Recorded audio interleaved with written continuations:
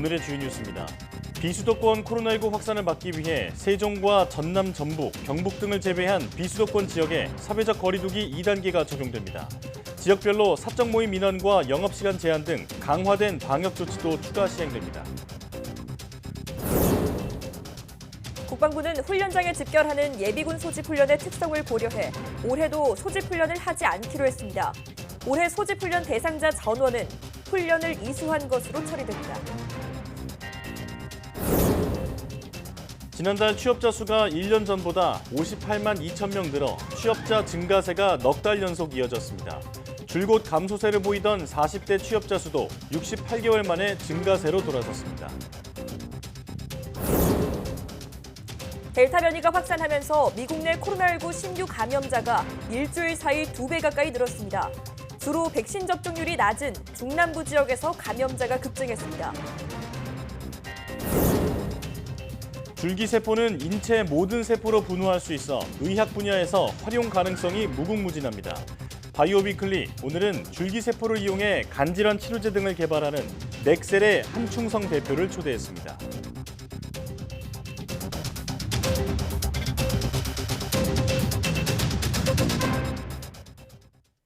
여러분 안녕하십니까? 사이언스 투데이 시작합니다. 코로나19 4차 대유행이 본격화한 것과 관련해 정부는 앞으로 일주일가량 환자가 더 증가할 것으로 내다봤습니다.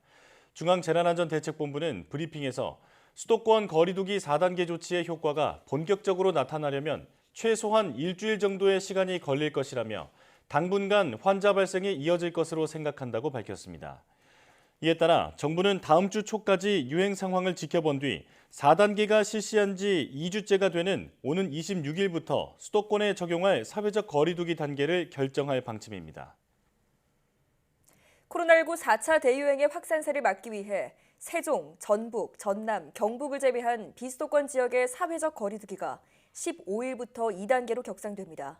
지역에 따라 가족, 지인, 직장 동료 등과는 4명에서 8명까지만 모일 수 있고 유흥시설이나 홀덤펍, 홀덤 게임장, 콜라텍, 무도장, 노래 연습장은 밤 12시까지만 영업할 수 있습니다. 식당, 카페의 경우 밤 12시 이후에는 포장 배달 영업만 가능합니다. 중앙재난안전대책본부는 비수도권 14개 시도 가운데 10개 지역에서 거리두기 2단계를 적용한다고 밝혔습니다. 다만 최근 확진자가 많이 늘지 않은 세종, 전북, 전남, 경북 등 4개 시도는 1단계를 유지하되 지역에 따라 사적 모임 제한 기준을 강화하기로 했습니다. 8월 하순쯤 시작될 만 49세 이하 코로나19 예방접종에는 화이자 백신이 주로 사용될 예정입니다. 정은경 질병관리청장은 화이자 백신이 7월 말부터 8월에 도입되기 때문에 40대 이하는 화이자를 주력으로 하면서 모더나를 같이 활용할 계획이라고 말했습니다. 또 예약 방식과 관련해 40대 이하 인구는 약 2,200만 명이라며 예약 시 연령층이나 시기를 분산하는 방법을 검토 중이라고 설명했습니다. 그러면서 마스크 판매 때 도입했던 오부제 등을 통해 예약에 어려움이 없도록 조정할 계획인데 구체적 내용은 8월 접종 계획 발표 때 안내하겠다고 덧붙였습니다.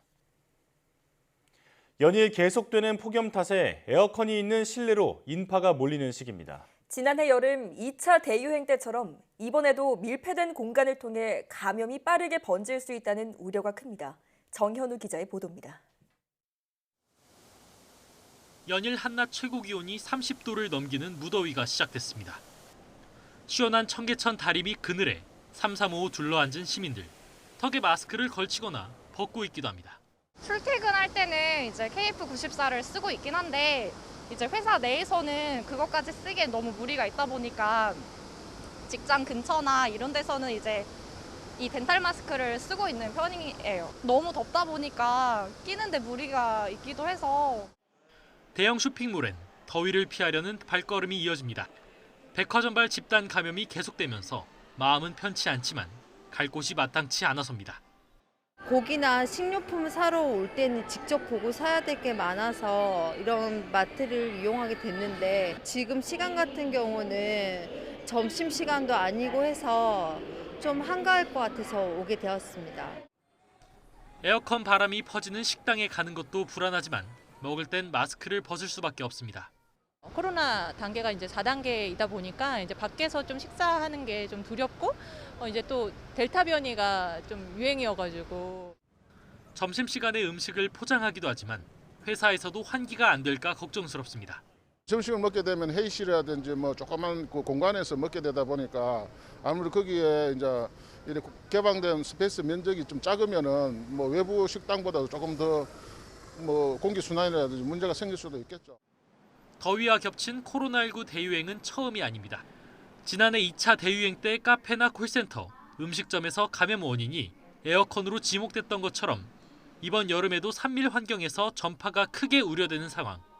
강력한 거리 두기를 한다지만 감염력이 높은 델타 바이러스의 비율이 높아지는 게 큰 문제입니다.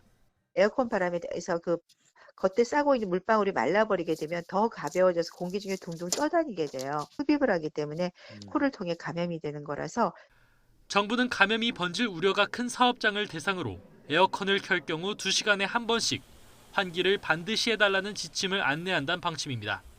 여름 휴가철 수도권 확진자가 유입될 것에 대비해 각 지방자치단체들은 거리두기 지침을 하나둘 강화하고 있습니다. YTN 정현우입니다.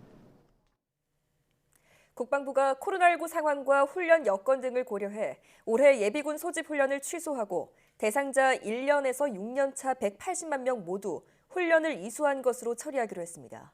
다만 2019년 기준 6년 차 미만 예비군 가운데 훈련 연기자는 내년에 훈련을 받아야 하고 올해 대상자 중 10월부터 2시간짜리 핵과 하생방 방호 등 온라인 교육을 받는 경우 내년도 훈련 시간에서 2시간 차감됩니다.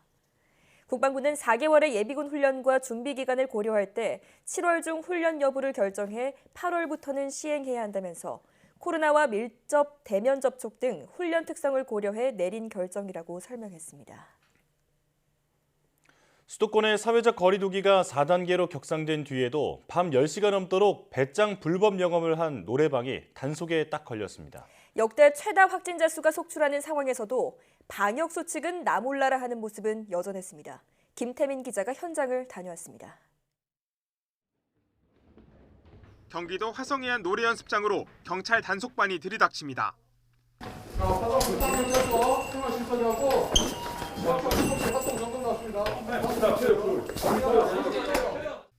영업이 금지된 밤 10시가 훌쩍 지난 시간. 하지만 방마다 남성 손님들이 모여있고 테이블에는 마시다만 술병들이 즐비합니다. 가게 창고 밖 베란다에서는 황급히 몸을 숨겼던 접객원들이 줄줄이 발견됩니다.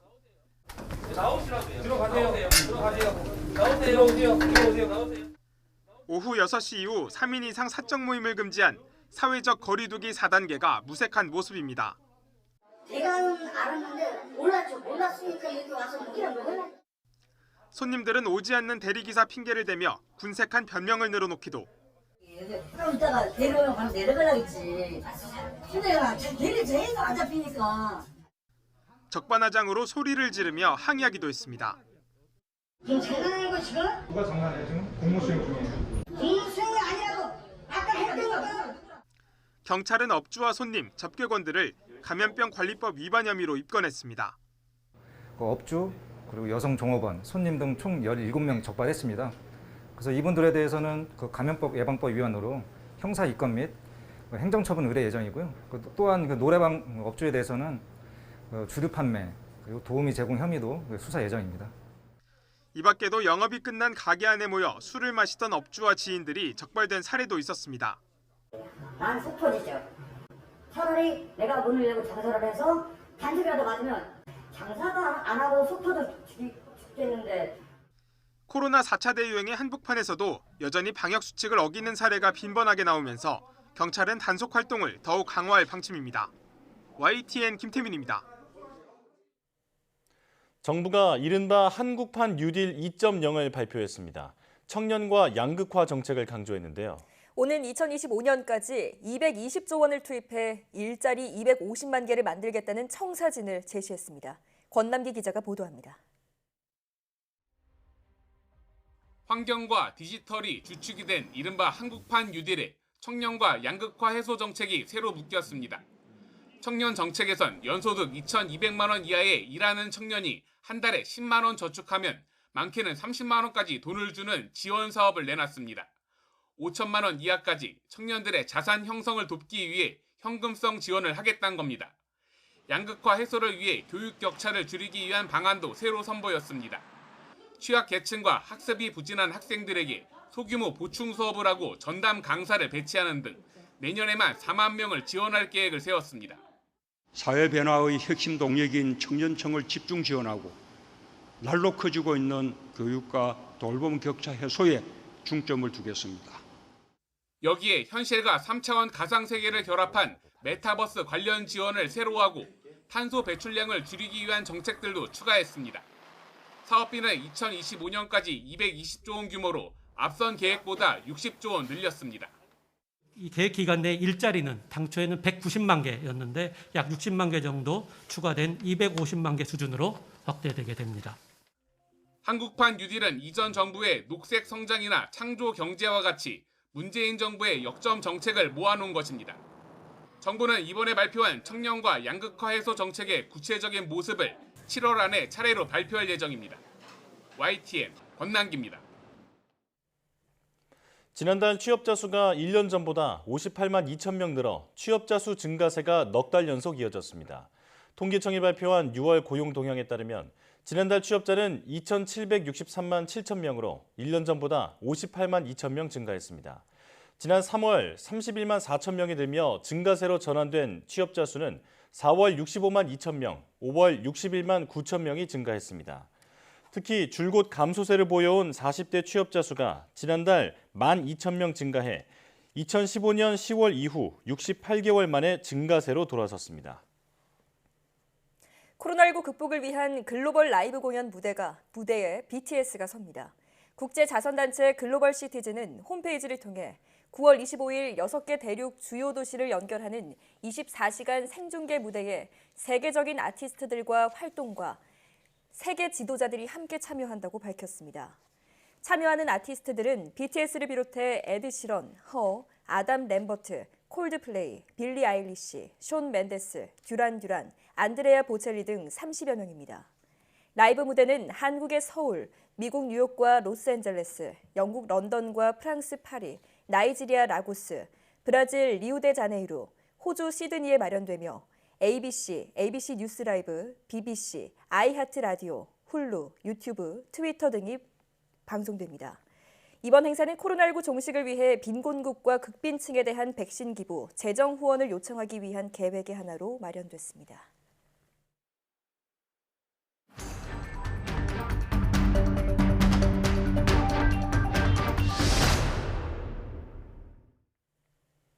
하루 신규 확진자가 1,615명으로 또 최고치를 경신했습니다.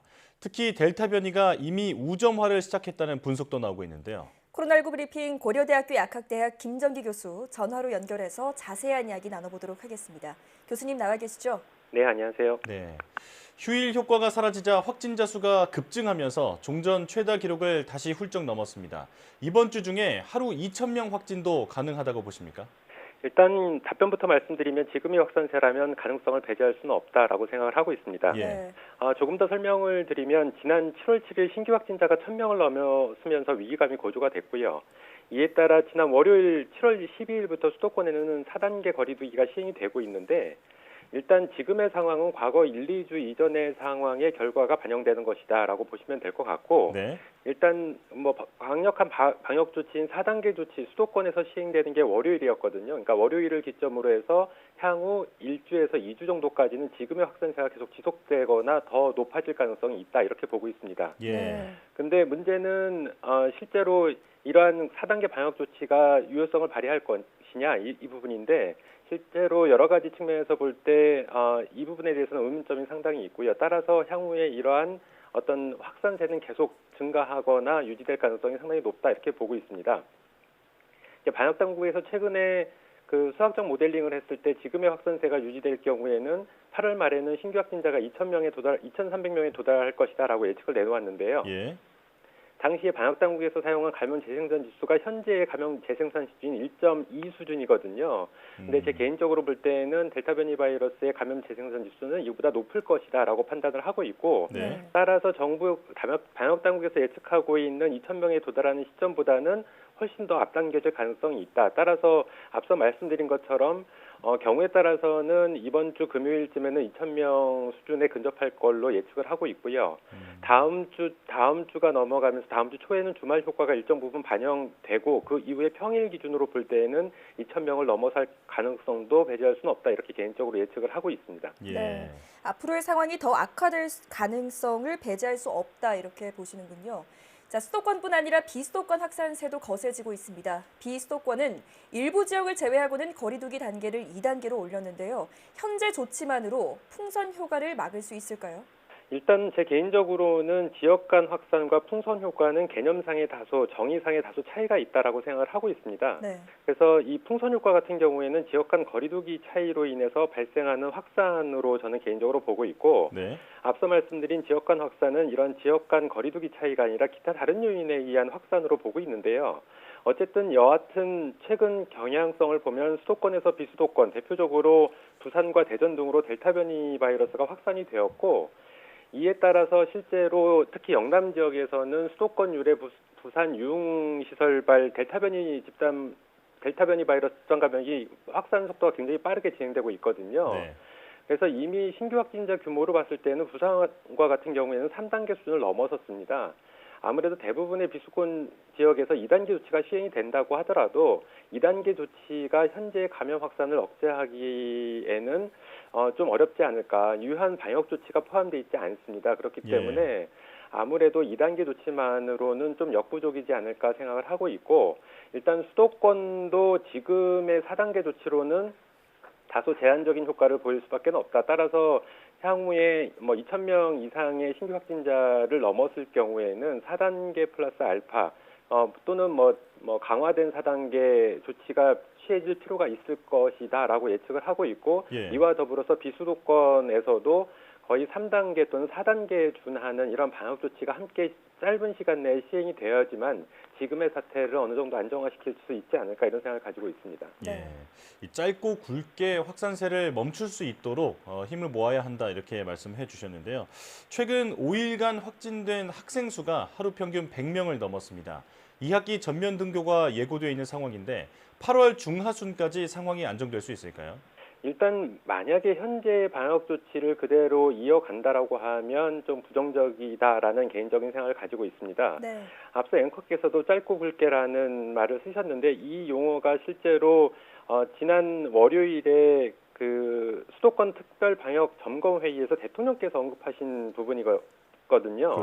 근데 정말로 짧고 굵게 본사태를 해결하기 위해서는 앞서도 잠깐 말씀을 드렸는데 현행의 수도권 4단계 조치만으로는 역부족일 가능성이 상당히 높다라고 개인적으로 판단을 하고 있고 4단계 플러스 알파 내지는 고강도 4단계 조치가 필요하지 않나. 그리고 앞서 말씀드린 것처럼 비수도권에서도 4단계 내지는 4단계 준하는 조치들이 한 2주 정도 한시적으로 시행이 되어야지만 지금 사태를 짧고 굵게 끝낼 수 있지 않을까 이렇게 생각을 하고 있습니다. 그렇지 않을 경우에는 8월 중하순까지 지금의 상황이 계속 이어지거나 오히려 더 확산하는 방향으로 갈 거고요. 특히 8월 말에 환절기가 도래하게 되면 감기가 유행을 시작을 하게 되면서 이 코로나19에 있어서 굉장한 악영향을 미칠 가능성이 높습니다. 그렇기 때문에 실제로 대통령께서 언급하신 것처럼 정말 짧고 굵게 가려면 지금의 조치로는 역부족이다. 더 강화된 조치가 필요하다. 이렇게 생각을 하고 있습니다. 지금보다 고강도 조치의 필요성을 언급해 주셨습니다. 자, 현재와 같은 확산세의 변이 바이러스 이야기를 안 할 수 없습니다. 델타 변이 검출률이 매주 2배에서 3배가량 급증하고 있고 또 이미 국내 확진자 4명 중 1명꼴이 델타 변이 감염인 것으로 나타났습니다. 이 정도면 방역 당국이 통제할 수 있는 범위를 이미 벗어난 걸까요? 일단 벗어나지 않았나 개인적으로 생각을 하는데 현재 유행을 주도하고 있는 것이 델타 변이 바이러스고요. 이 델타 변이 바이러스 말씀하신 것처럼 매주 2~3배가량 검출률이 증가를 하고 있는 상황이거든요. 해외에서도 보면 불과 한두 달 만에 델타 변이 바이러스가 우세종이 되고 있는 상황입니다.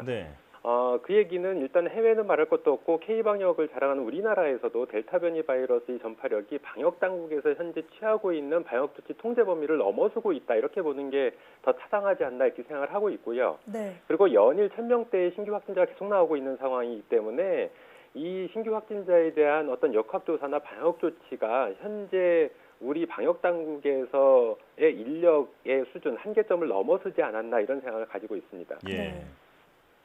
자, 그런가 하면 이스라엘에서는 화이자 백신 효과가 64%까지 떨어졌다는 연구 결과가 나왔고 또 실제로 델타 변이 감염자가 늘어나자 세계 최초로 부스터샷 접종을 시작했습니다.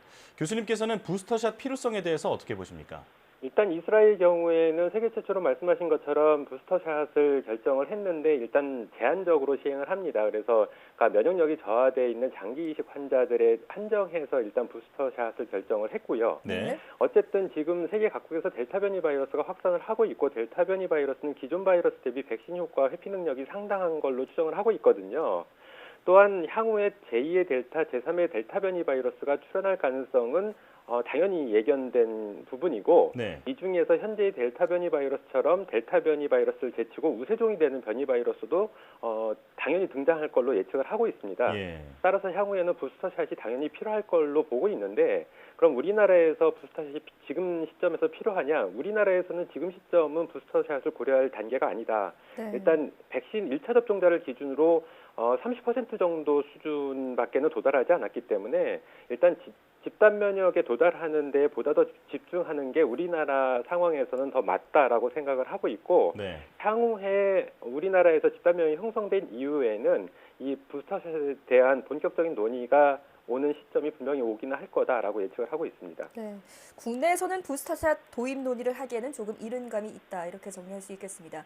자, 국내 돌파 감염 사례를 보면 얀센이 143명, 화이자 59명, 아스트라제네카 50명 순입니다. 얀센에서 돌파 감염 사례가 많이 보고되는 이유 뭐라고 봐야 할까요? 일단 화이자나 아스트라제네카 백신 대비 얀센 백신의 차이점은 일단 접종 횟수가 1회다라는 부분이 있고요. 이 부분에서 기인하지 않나라고 지금 추정을 하고 있습니다. 네. 일단 어떠한 백신인지를 불문하고 백신은 고용량으로 한 번 접종하는 것보다는 오히려 저용량으로 다회 접종하는 것이 면역 반응 측면에서 우수할 수밖에 없고요. 네. 물론 얀센 백신이 허가받을 때는 임상시험 단계에서 1회만 접종을 해도 다른 백신 대비 유사한 수준의 항체가를 보였다라고 판단을 했기 때문에 1회 접종으로 허가를 받은 것이거든요. 네. 근데 백신 효능이라고 하는 게 항체가라고 하는 체액성 면역 반응으로만 평가를 하는 게 아니라 기타 다른 세포성 면역 반응 같은 다른 요인들도 함께 작용을 하기 때문에 이러한 부분들이 일단 1회 접종 면에서는 부족했지 않나 생각을 하고 있고 따라서 지금 제가 그 백신 횟수를 말씀드렸는데 우리나라 같은 경우에는 필요한지 안 한지에 대해서는 일단 조금 고민을 해봐야 될 텐데 백신 접종률이 낮은 국가들, 그러니까 우리나라도 경우에 따라서 필요할 수도 있거든요. 그래서 지금 용량보다는 저용량으로 백신 접종을 해서 백신 접종 속도를 늘리고 오히려 경우에 따라서 필요하게 되면 부스터샷을 놓는 게 더 맞지 않나 이런 생각을 가지고 있습니다. 특히 이러한 부분에 대한 과학적인 배경도 있는데 모더나 백신 같은 경우에는 과거 임상시험 단계에서 세 가지 용량 25, 100, 250 마이크로그램에 대한 평가를 했는데 당시에 가장 적절하다고 판단한 게 100마이크로그램이었거든요. 그런데 실제로 50이나 25에 대해서도 향후에 연구를 해봤더니 100마이크로와 유사한 정도의 면역 반응을 유도하더라라는 평가가 있고 그렇기 때문에 실제로 현재 표준 용량보다 줄여서 접종 속도를 늘리고 경우에 따라서 필요하면 부스터샷을 놓는 게 더 맞지 않나 이런 생각을 가지고 있습니다. 자, 오늘도 전문가와 함께 국내 코로나19 상황 살펴봤는데요. 무엇보다 변이 바이러스 확산세가 심상치 않습니다. 전파력이 더 강하다고 알려진 만큼 방역수칙 준수를 더욱 철저히 해야겠습니다. 지금까지 고려대학교 약학대학 김정기 교수와 함께했습니다. 교수님 고맙습니다. 네, 감사합니다.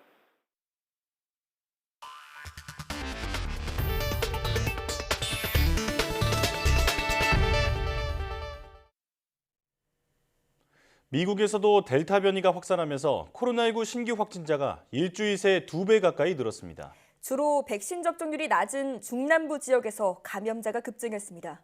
워싱턴 강태욱 특파원의 보도입니다. 미국 중부의 미주리주는 최근 확진자가 급증하면서 입원 환자가 넘쳐나고 있습니다. 병원들은 코로나19 병동을 다시 만들고 있지만 한계에 다다르고 있습니다. 병원 연합회 인사들은 사용할 수 있는 병실을 찾느라 정신이 없습니다.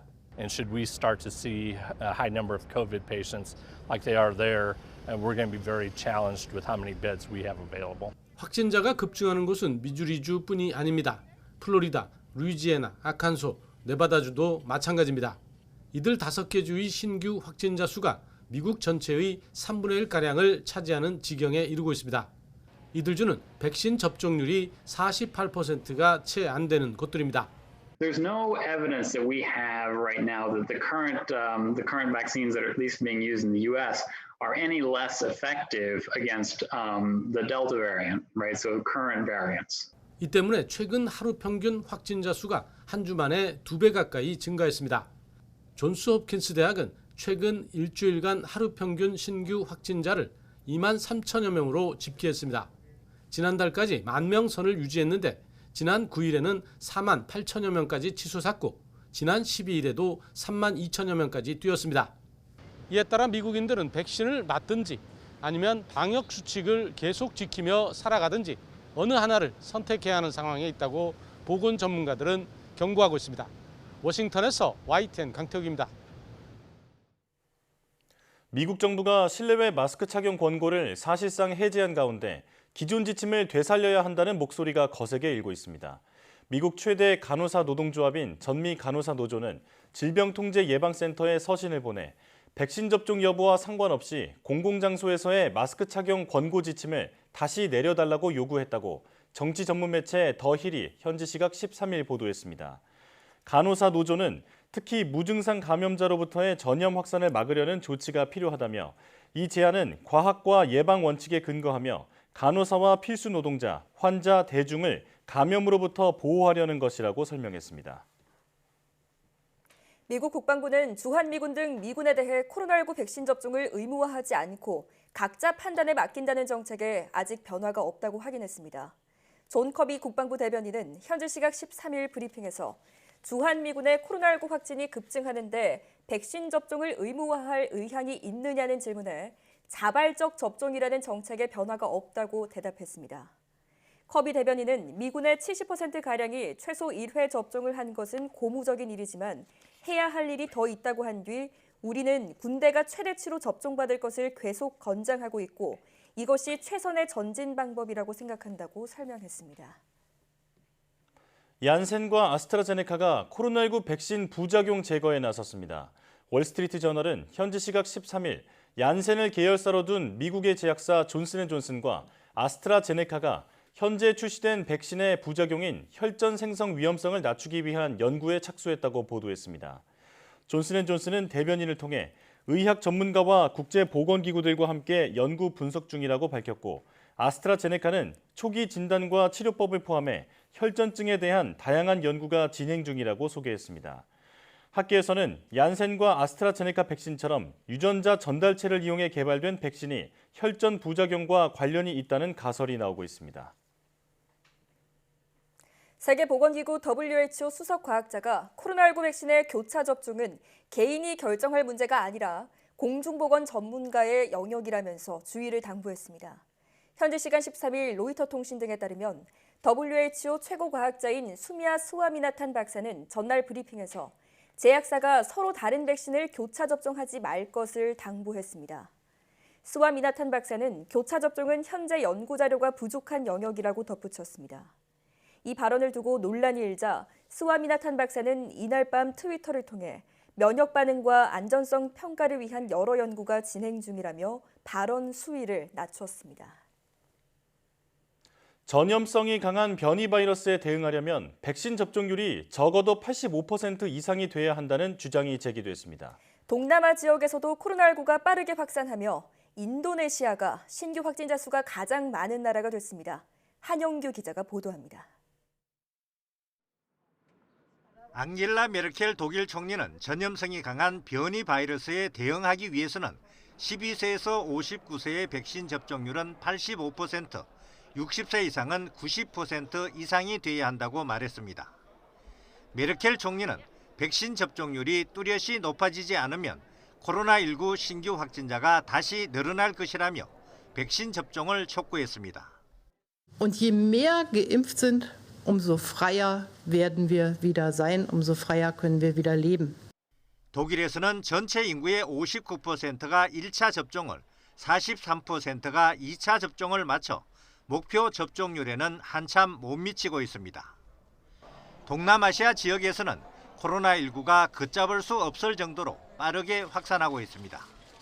인도네시아에서는 코로나19 확진자가 하루 4만 7천 명 추가돼 신규 확진자와 사망자 수에서 세계 1위가 됐습니다.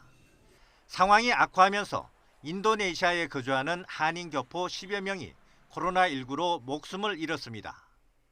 일부 한인들은 에어 앰뷸런스와 전세기로 국내로 들어왔지만 증상이 악화한 경우에는 귀국하지 못하고 숨지는 경우가 늘고 있습니다. 말레이시아도 코로나19 신규 확진자가 1만 명을 넘어 역대 최고치를 경신하고 있습니다.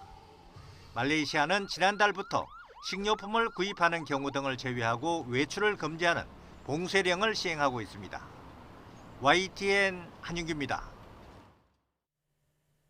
이틀 연속 코로나19 일일 확진자 수 세계 최다를 기록한 인도네시아에 의료진 확보 비상이 걸렸습니다. 다급해진 인도네시아 정부는 의료인이 턱없이 부족하다며 훈련 과정 수료생 등 가용 인력을 모두 조기 투입하기로 했습니다. 김진호 기자의 보도입니다.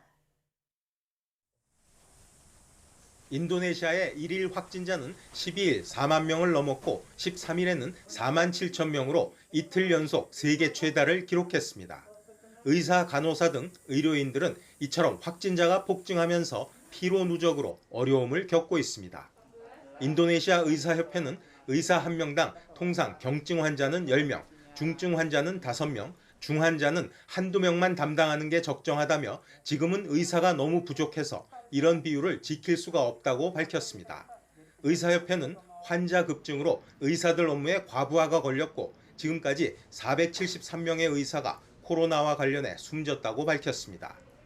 인도네시아 보건장관은 최악의 상황을 겪고 있는 7개 주에 의사 3,000명과 간호사 2만 명이 추가로 필요하다고 평가했습니다. 이어 간호사협회와 교육기관에는 교육은 마쳤지만 자격시험을 치르지 않은 19,000명 정도의 간호 인력이 있다며 이들이 코로나 최전선을 지원하도록 방법을 마련할 것이라고 말했습니다. 또 인턴십 프로그램을 올해 마칠 의사 3,900명이 즉시 병원에서 일할 수 있도록 행정 절차를 단축할 것이라고 덧붙였습니다. 또한 의료인 보호에도 적극 나서기로 했습니다. 의료인들이 올해 1월부터 중국산 시노백 백신을 가장 먼저 접종했음에도 델타 변이 확산 등으로 지난달부터만 130명 넘게 사망했기 때문입니다.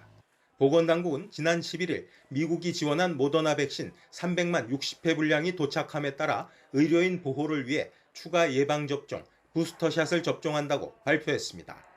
YTN 김진호입니다.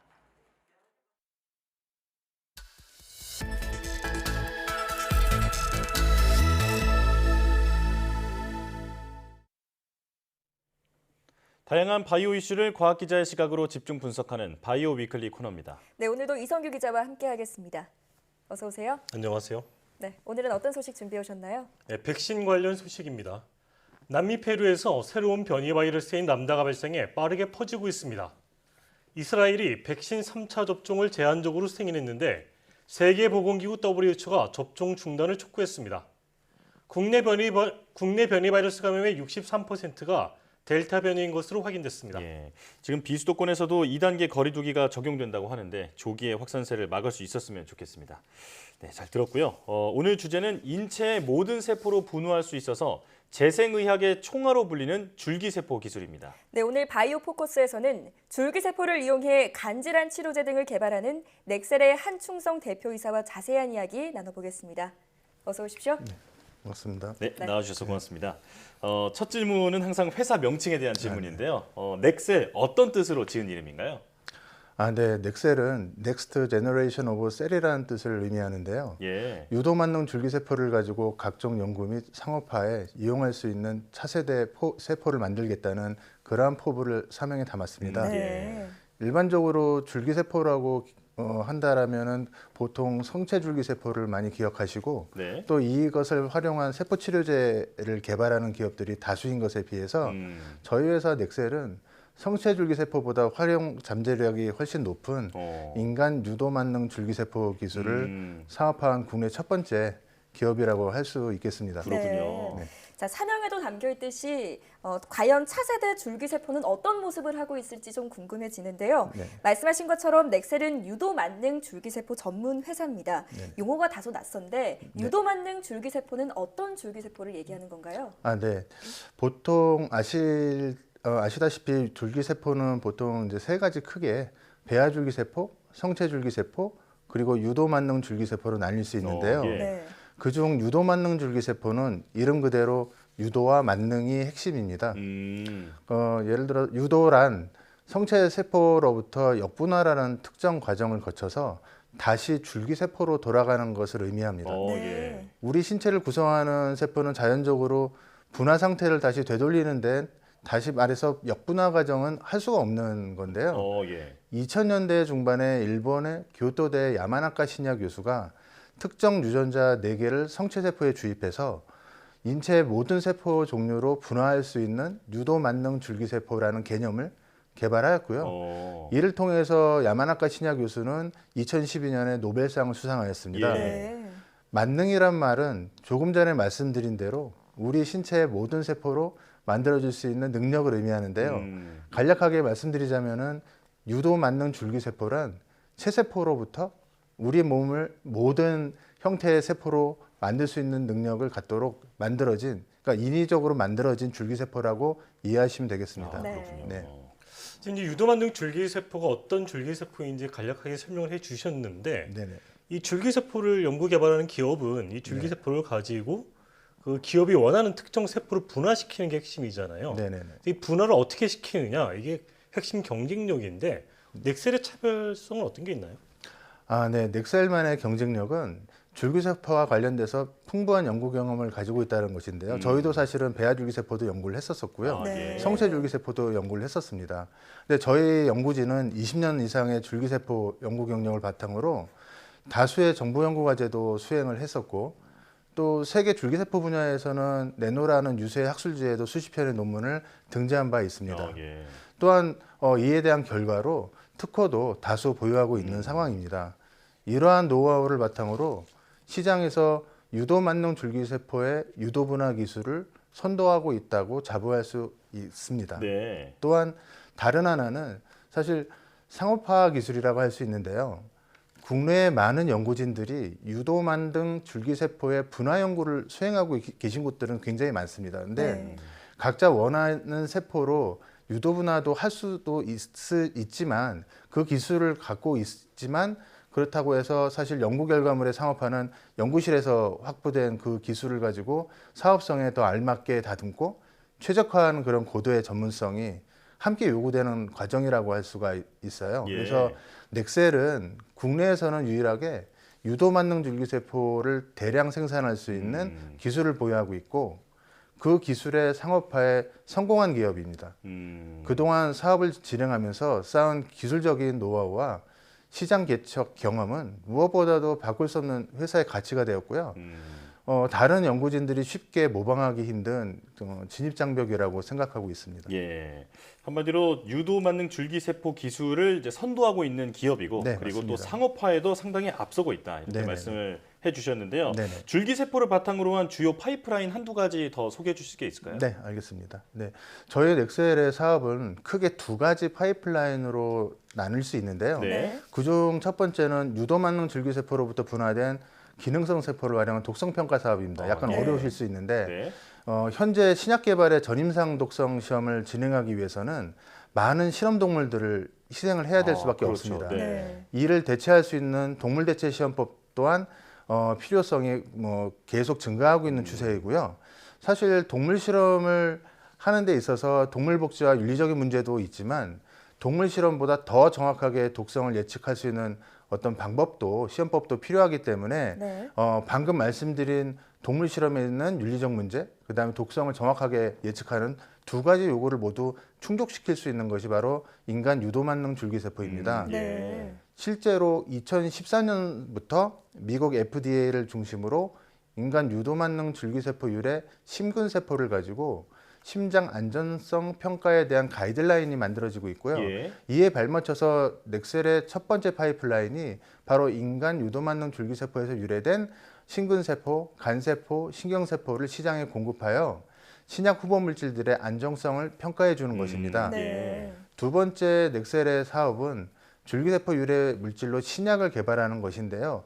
아까 앵커님께서 처음에 초두의 간질환에 대한 부분을 말씀하셨지만 네. 신약 개발에 역시 사실은 저희가 유도만능 줄기세포의 분화 연구에서 시작이 됐습니다. 예. 저희가 인간 유도만능 줄기세포율의 간세포를 기반으로 하는 간질환 세포 치료제를 연구하던 중에 간세포를 몸에 주입하지 않아도 대신에 간세포가 분비하는 물질들만 주입했을 때 같은 간질환 치료 효과에 효능이 있다는 것을 발견하였고요. 예. 추가적인 연구를 통해서 간질환 치료에 효능이 있는 핵심 단백질을 발굴하게 되었습니다. 그래서 현재는 세포를 주입하지 않고 발굴한 단백질 등을 기반으로 섬유화 관련 질환 치료제 개발에 박차를 가하고 있습니다. 네. 특히 첫 번째 단백질 신약 후보 물질은 내쉬라고 알려져 있는 비알코올성 지방 간염 및 알코올성 간염 그리고 간 섬유증 등의 간질환과 심근경색 등의 심장질환을 적응증으로 올해 하반기에 국내에서 임상 제1상을 개시할 예정이고요. 예. 폐섬유화 치료에 효과가 있는 두 번째 펩타이드 신약 후보 물질은 현재 국내에서 전임상 시험을 진행하고 있습니다. 그렇군요. 네네. 자, 그러니까 정리를 하자면 유도만능 줄기세포를 통해서 기존에 나와 있는 신약 후보 물질의 안전성을 평가할 수 있을 뿐 아니라 또 간질환 치료제와 같은 신약 개발 사업도 이루어지고 있다 이렇게 맞습니다. 정리를 할 수 있겠습니다. 네. 자, 그런데 이렇게 다양한 사업이 이루어져도 회사 경영 차원에서는 다양한 전략이 좀 필요하잖아요. 네네네. 신약 개발 기간이 워낙 길다 보니 기술을 다른 회사로 수출을 하는 라이선스 아웃을 하는 경우도 있는데요. 여기에 네네. 대해서는 혹시 계획을 가진 게 있으신가요?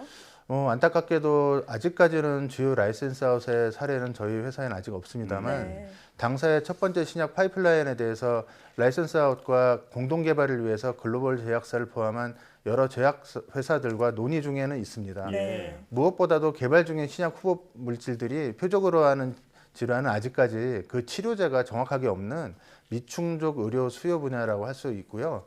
또 다양한 새로운 적응증에도 적용이 가능하기 때문에 상업화가 된다라면 시장성이 매우 크다라고 저희 스스로 판단을 하고 있고요. 네. 가장 큰 가치를 이끌 수 있는 라이센스 아웃 전략을 내부에서 모색하고 있는 상황입니다. 예. 결국 이 바이오 기업의 어떤 최종 목표라면 신약 개발일 텐데요. 네, 맞습니다. 어떤 향후 주요 사업 계획 좀 설명 좀 해주시죠. 네, 상업별로 말씀드리자면 첫 번째 신약 후보 물질은 올해 하반기에 아까 말씀드린 간질환 및 심장질환에 관련된 국내 및 호주 제1상 시험을 시작하고요. 네. 동시에 궤양성 대장염 등 추가 적응증 확보 연구와 라이선스 아웃을 준비할 예정입니다. 예. 두 번째 신약 후보 물질인 의원성 폐섬유화증을 적응증으로 내년에 임상 1상 진입을 목표로 하고 있고요. 또한 저희가 줄기세포 기반 회사이기 때문에 줄기세포를 기반으로 하는 새로운 신약 후보 물질을 계속적으로 발굴하고 또 유도만능 줄기세포 세포 치료제도 개발에 전념할 생각입니다. 네. 유도만능 줄기세포 유래 세포를 활용한 독성 평가 사업은 세포 제품의 해외 수출을 확대하는 것이 첫 번째 목표인데요. 예. 이를 위하여 올 하반기에는 미국 소재 바이오텍과 합자법인을 미국에 설립해서 현지 제품 생산을 통해서 시장성이 가장 큰 미국으로의 진출을 도모하는 등 글로벌로 확장을 본격적으로 추진하고자 하고 있습니다. 네. 사실 이런 부분들이 제대로 잘 이루어지면 현재 일본 기업이 독점을 하고 있는 시장을 유도만능 줄기세포를 가지고 세포를 만들어서 시장에 팔 수 있는 한국 기업으로서는 최초로 빠르게 시장 점유율을 높여서 당당히 경쟁할 수 있는 기반을 마련할 수 있게 되는 것이 저희의 목표이고요. 네. 두 번째로 세포 제품을 이용한 약물 평가 서비스의 확장이라고도 할 수 있는데요. 네.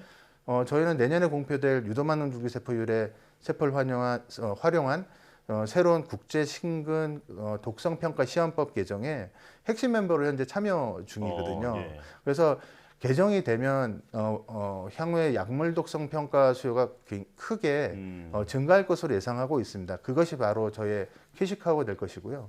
이를 통해 명실공히 유도만능 줄기세포 유래 세포와 오가노이드 기반 약물 독성 평가의 전문성을 갖는 비임상 시험 평가 기업으로 거듭나고자 합니다. 예, 네. 앞으로의 구체적인 계획도 잘 들어봤는데요. 네네. 넥셀이 지난 2012년에 설립이 된 회사죠. 네네네. 네, 그렇다면 이제 10년 차에 접어든 젊은 기업인데요. 네.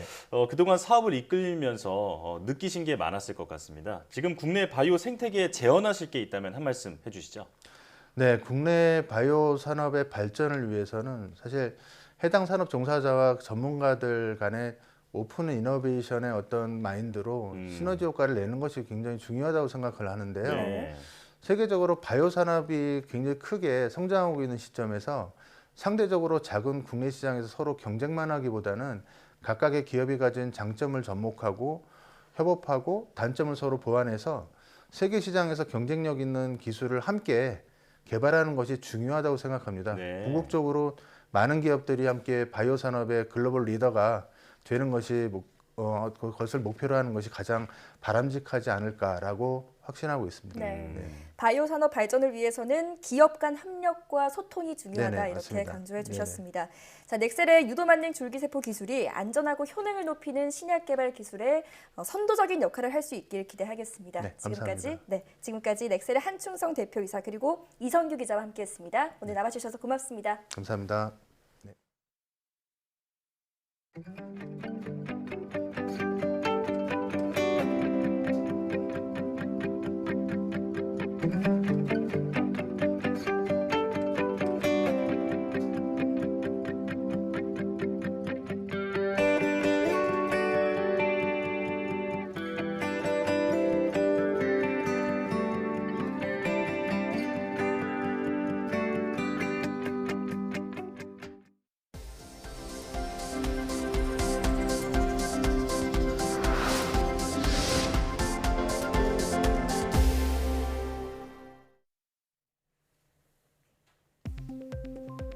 시각인지 인공지능의 성능을 2배 이상 높여줄 신기술이 개발됐습니다.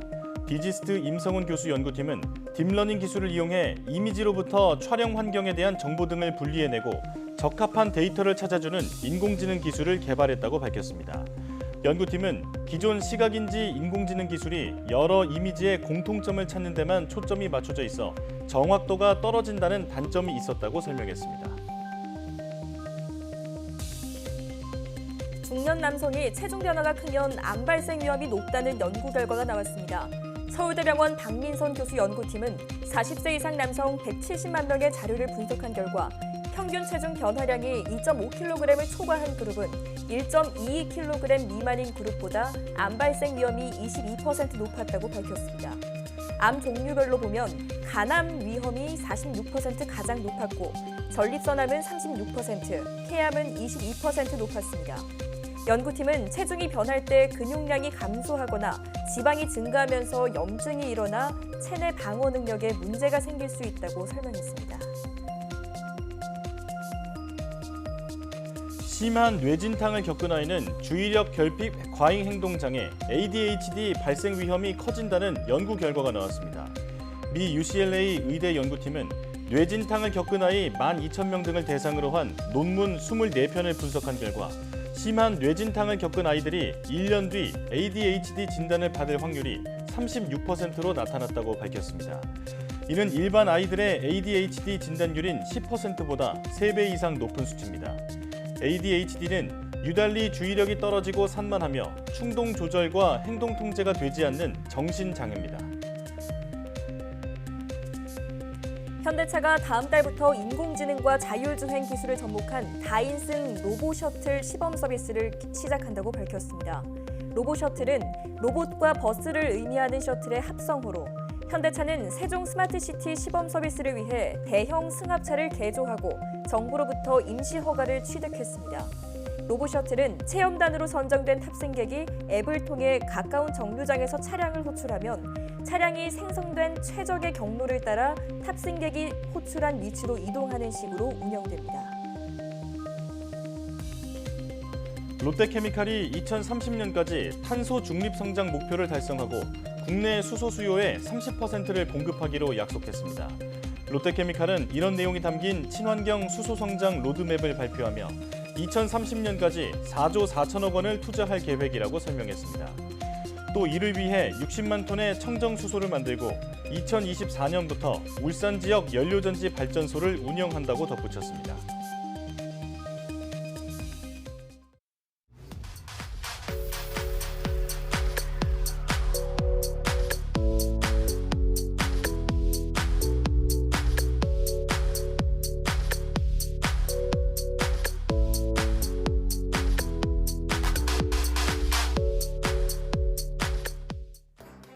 확진자가 1,600명대까지 치솟자 세종, 전북, 전남, 경북을 제외한 비수도권 지역도 사회적 거리 두기를 2단계로 격상하기로 했습니다. 지역에 따라 4명에서 8명까지 모일 수 있고 식당, 카페 등 다중이용시설의 영업시간도 밤 12시로 제한됩니다. 조기에 확산세를 잡을 수 있도록 모두가 힘을 모아주시기 바랍니다. 사이언스 투데이 마칩니다. 함께해 주신 여러분 고맙습니다.